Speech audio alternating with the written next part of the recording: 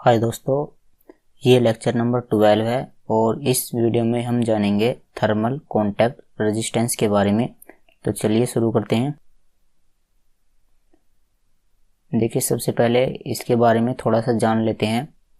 जैसे ये हमारे पास एक कंपोजिट वॉल है और ये स्लैब ए है, ये स्लैब बी और ये स्लैब सी है, और ये यहाँ पर इंटरफेस है ए और बी के बीच में, और ये इंटरफेस है बी और सी के बीच में।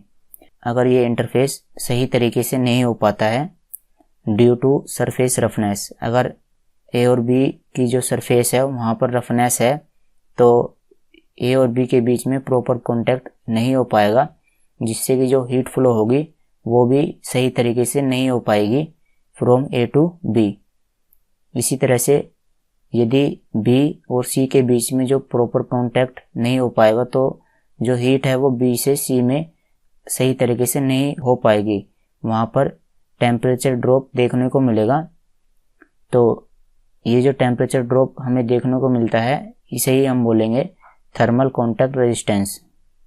और इसका मेन रीज़न क्या है कि यहाँ पर प्रॉपर कॉन्टैक्ट नहीं हो पाता है due to surface roughness and void space, क्योंकि यहाँ पर स्पेस रह जाता है। अगर यहाँ पर प्रॉपर कॉन्टैक्ट नहीं होगा तो यहाँ पर क्या हो जाएगा, स्पेस रह जाएगा, और स्पेस रह जाएगा तो वहाँ पर एयर फिल हो जाएगी। तो एयर फिल हो जाएगी तो उसके वजह से यहाँ पर हीट का फ्लो सही तरीके से नहीं हो पाएगा। तो इसकी डेफिनेशन जान लेते हैं। Due to surface roughness and void space, तो सरफेस रफनेस और वॉइड स्पेस की वजह से a large resistance to heat flow at the interface occurs. तो इंटरफेस पर क्या एक लार्ज रेजिस्टेंस देखने को मिलेगा, and this resistance is known as thermal contact resistance. और इस रेजिस्टेंस को ही हम क्या बोलेंगे, थर्मल कॉन्टैक्ट रेजिस्टेंस। देखो, इसके नाम से ही पता चलता है कि जो रेजिस्टेंस है वो कॉन्टैक्ट की वजह से उत्पन्न हुआ है। तो यही इसकी डेफिनेशन है। अब देखो, इसके इफेक्ट के बारे में जान लेते हैं कि थर्मल कॉन्टैक्ट रेजिस्टेंस की वजह से क्या इफेक्ट पड़ता है। देखो, it causes temperature drop eight the interface. तो थर्मल कॉन्टैक्ट रेजिस्टेंस की वजह से जो टेम्परेचर है वो इंटरफेस पर ड्रॉप हो जाता है, जो कि टेम्परेचर ड्रॉप नहीं होना चाहिए था, यहाँ पर टेम्परेचर ड्रॉप हो जाता है।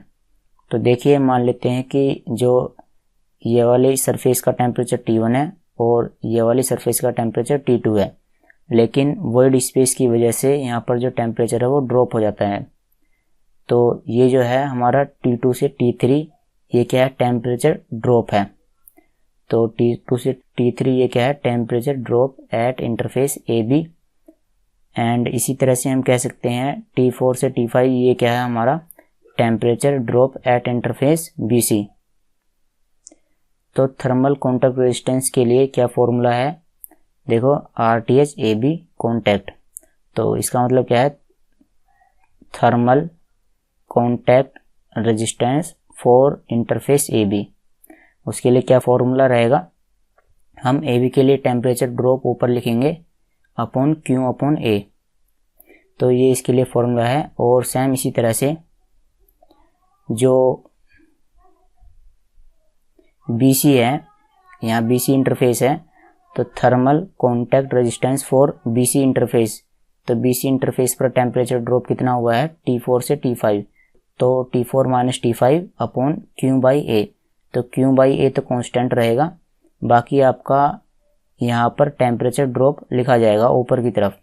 तो ये था थर्मल कॉन्टैक्ट रेजिस्टेंस जो टेम्परेचर ड्रॉप करता है इंटरफेस पर। तो आज की वीडियो में इतना ही, जल्दी मिलते हैं अगली वाली वीडियो में।